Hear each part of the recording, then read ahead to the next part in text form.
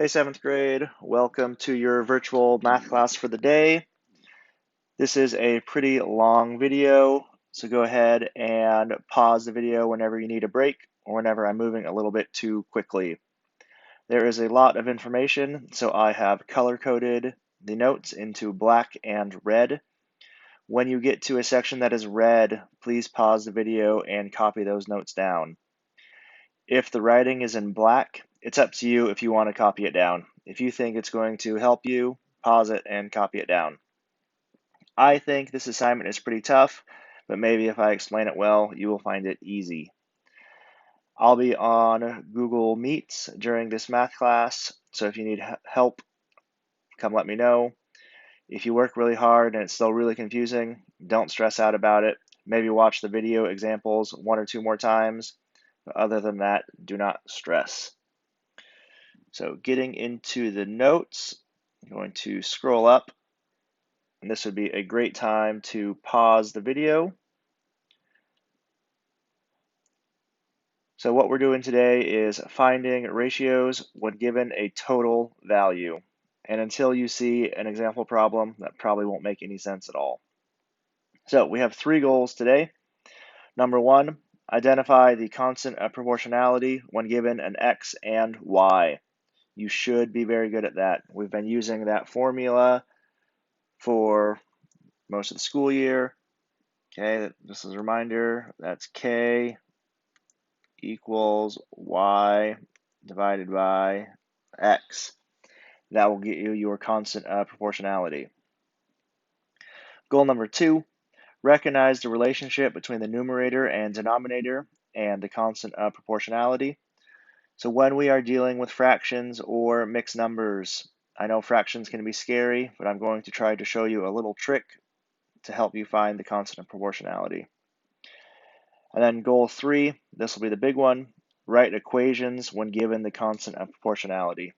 When we are filling out our tables, we're going to be using a lot of different types of equations. Here we go. Okay, so first thing I want you to notice is this is in black. So this is sort of a bit of a bonus lesson that might help some of you, or it might really hurt some of your brains. So you don't need to copy it down unless you think it's helpful. So we're going to start with the numbers 2 and 5 as our x and y. So we know that the constant of proportionality is k equals y over x.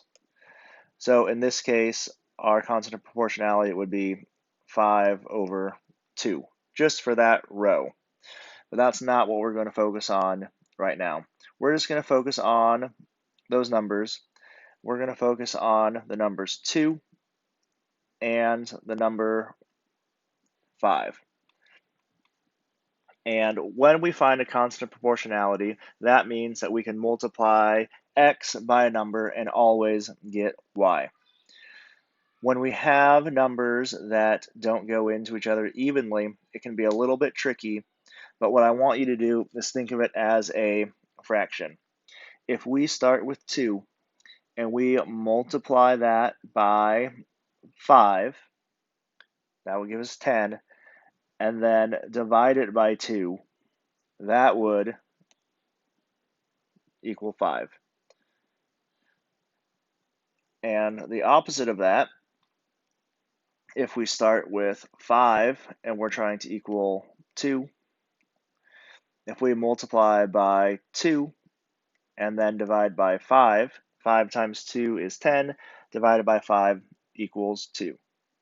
So what you should have noticed is when we started with the numbers 2 and 5, our fraction has a numerator and denominator of 2 and 5 because they are very related. And that'll work for any set of fractions. For the next one, if we're going from 3 to 8, right? If we start at 3, we want to get to 8. All we have to do is multiply by 8 first, and then divide by 3. So again, the two numbers that we are working with, those are going to be the two numbers in our fraction.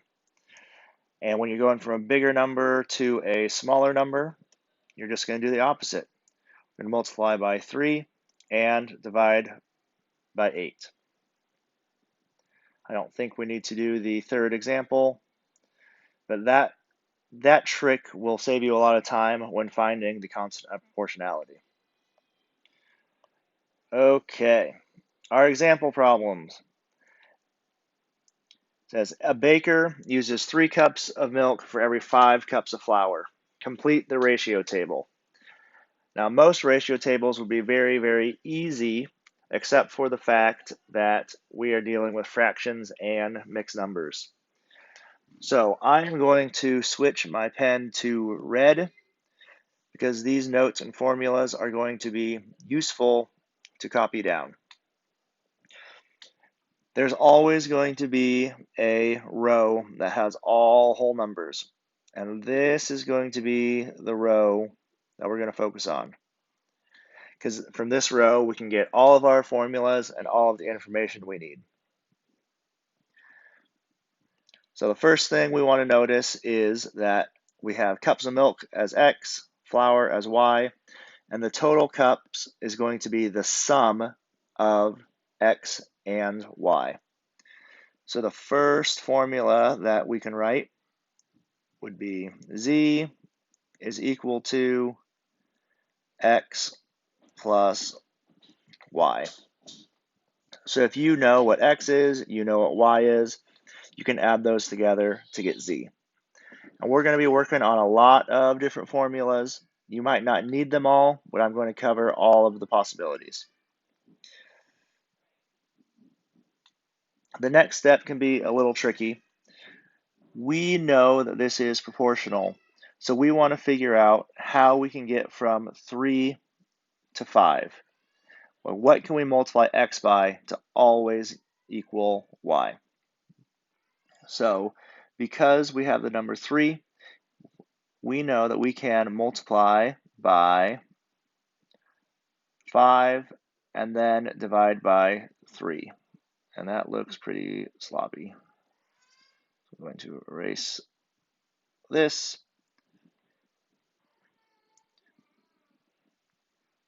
All right, we're going to multiply by 5 and get to 3.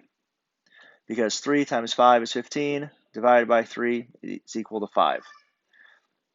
And that will work for Y. So we can say Y equals 5/3 times X. So if we know what the X value is, we can multiply that by 5/3 and we will get the Y value. So that means eventually for this very top row, we know that X is equal to 1 3/4. If we multiply that by this 5/3, then we will get our Y value. After we get our Y value, we can add those up to get the value of Z.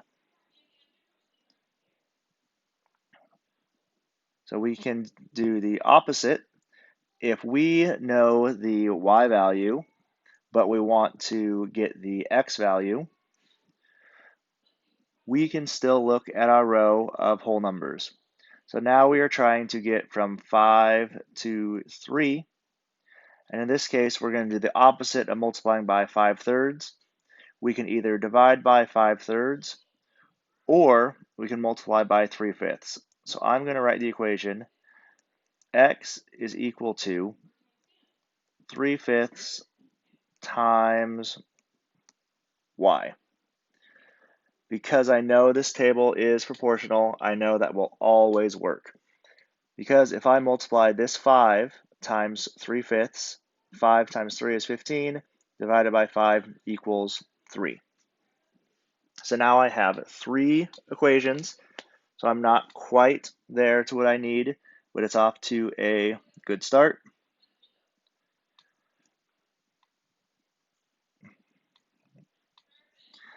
I'm going to focus on this 4th row now, where I have the number 12.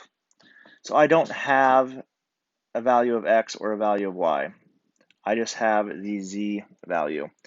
So what formula am I going to be able to use to figure out x or y? If I find one of them, it's going to be pretty easy to find the other one. So we're going to notice that this y is 5 out of 8 total cups. So y is 5/8 of the value of z.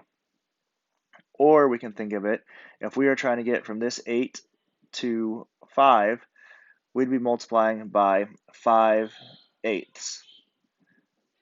So we can say that y is equal to 5/8 times z. So if we multiply this 12 times 5 and then divide by 8, we're going to end up with this y value. We can use a similar formula because we know if we go from 8 to 3, that's going to be x equals 3/8 times z. We might not even need that formula, but the more options you have, it's going to be better. So using those 5 formulas, we're going to be able to figure out each value in our table. So I'm going to erase the writing now that I have our formulas. And I'm going to look at the top row. So I have the x value of 1 3/4, and I'm going to try to find this y value. So I'm going to look at formula number 2, and it shows me that the value of y is equal to 5/3 times x. So I am going to switch colors of pen and multiply 5/3 times this 1 3/4, which is 7/4. That's going to equal 35/12, and that converts to 2 11/12. So I know that this y value is, I better type this, 2 11/12. Now that I have that information, I can add up x and y to get z, which means that I can add 1 3/4 plus 2 11/12 to get our total cups for the top row. So I'm going to find a common denominator and say that is 1 9/12 plus 2 11/12. That's going to equal 3 20/12, but we can't have that. We're going to convert that to 4 2/3. So now I know the total cups for the top row is 4 2/3. I know this is a lot of work for a table, but once you have the formulas, your life should be pretty easy. Okay, middle section. We know that y is equal to 6 2/3. So we can choose to either find the x value or the z value because we have 2 different formulas. So to find the x value, we're going to multiply the y value by 3/5 because x equals 3/5 times y. So I'm going to be doing 3/5 times 6 2/3, which converts to 20/3. That's going to equal 60/15, which simplifies to 4. So I know that there are 4 cups of milk if there are 6 2/3 cups of flour. most of you won't even need to write out the addition problem for this. If we're doing 4 plus 6 2/3, that will get us a total of 10 2/3. 2 more rows to go. This is the row where they give us the z value, and we're going to be able to find the x and y. So we're going to find the y value first. When we're given the z value, that shows that y equals 5/8 times z. So we're going to take 5/8, multiply it by 12/1. That'll get us 60/8, which simplifies to 15/2, and that equals 7 1/2. Oops, sorry about that. So we know that the cups of flour are 7 1/2 if there are 12 total cups.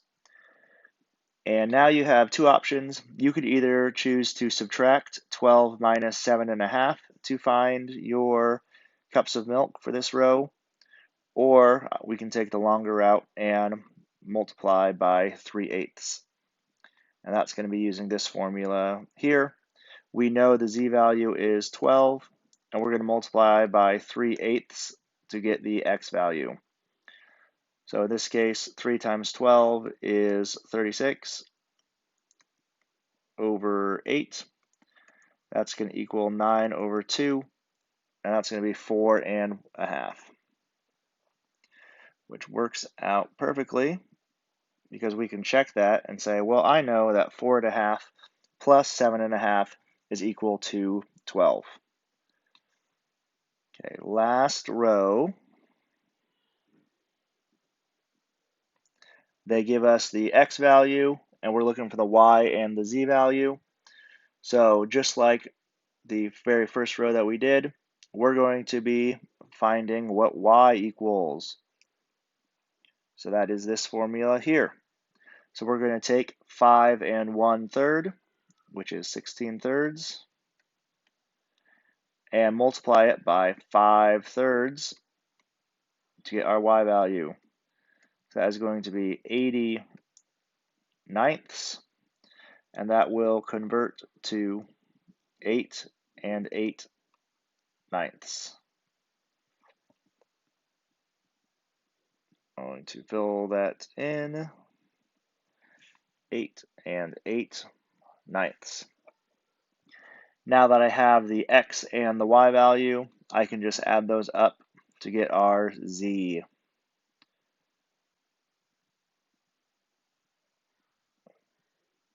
So 5 1/3 plus 8 8/9, that's going to convert to 5 3/9 plus 8 8/9. It's going to equal 13 11/9. We can't have that, so that goes to 14 2/9.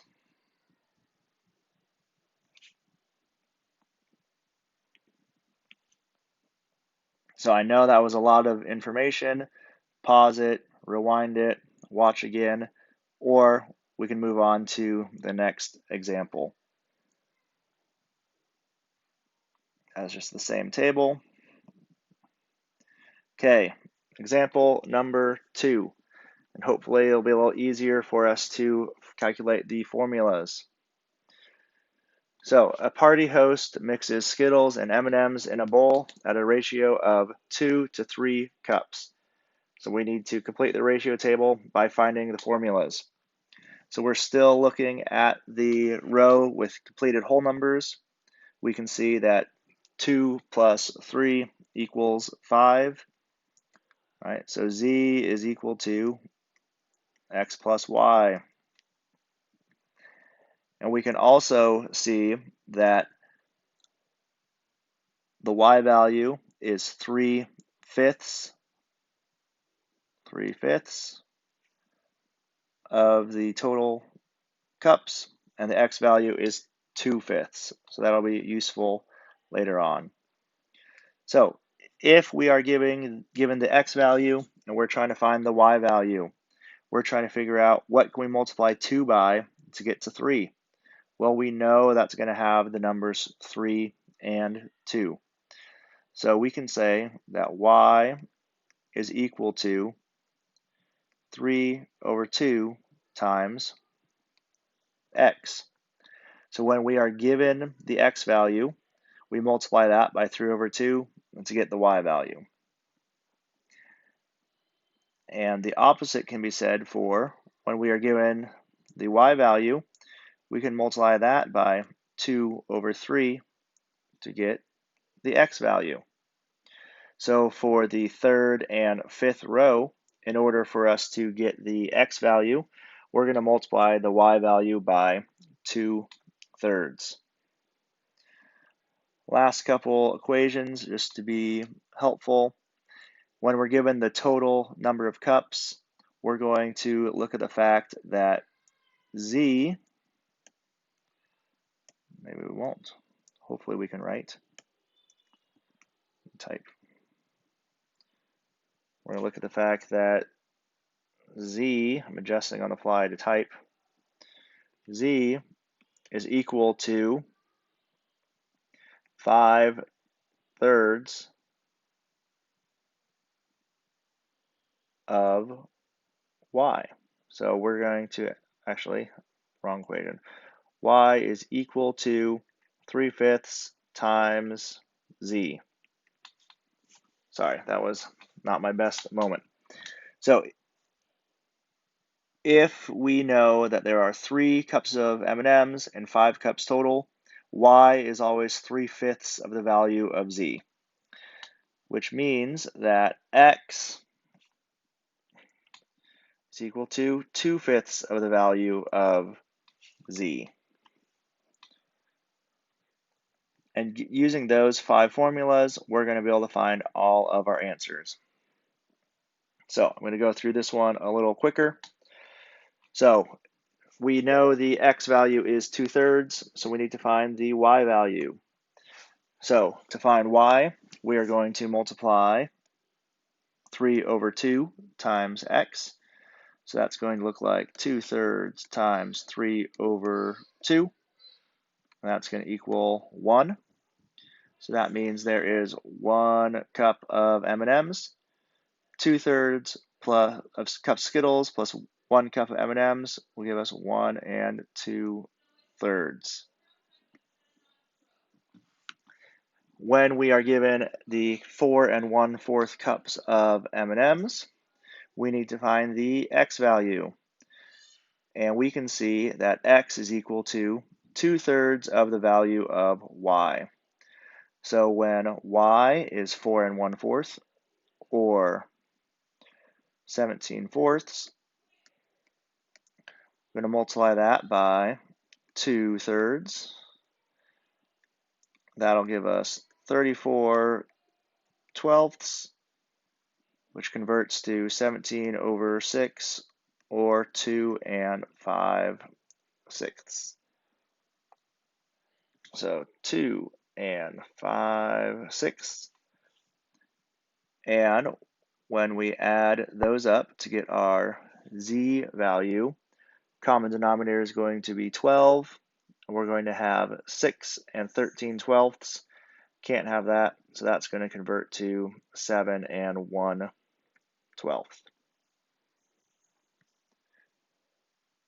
All right, 2 more rows. We have 13 total cups, and we're going to figure out our number of Skittles and number of M&Ms in the party bowl. So the y value is equal to 3/5 of the z value. So if we multiply 13 times 3 over 5, we're going to get our y value. So that's going to be 39/5, and that's going to convert to 7 4/5 cups of M&Ms. And to find the x value, we're going to multiply by 2/5,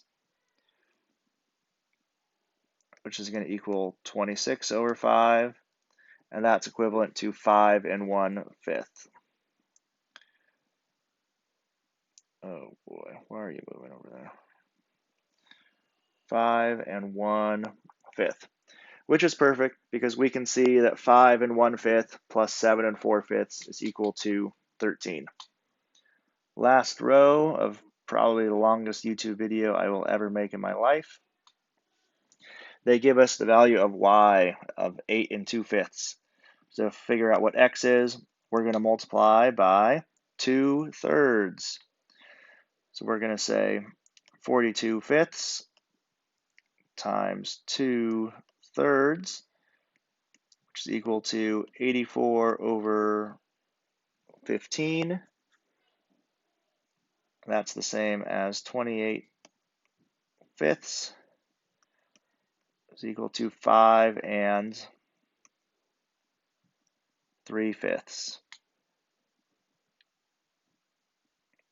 So, and squeeze this in here, 5 3/5.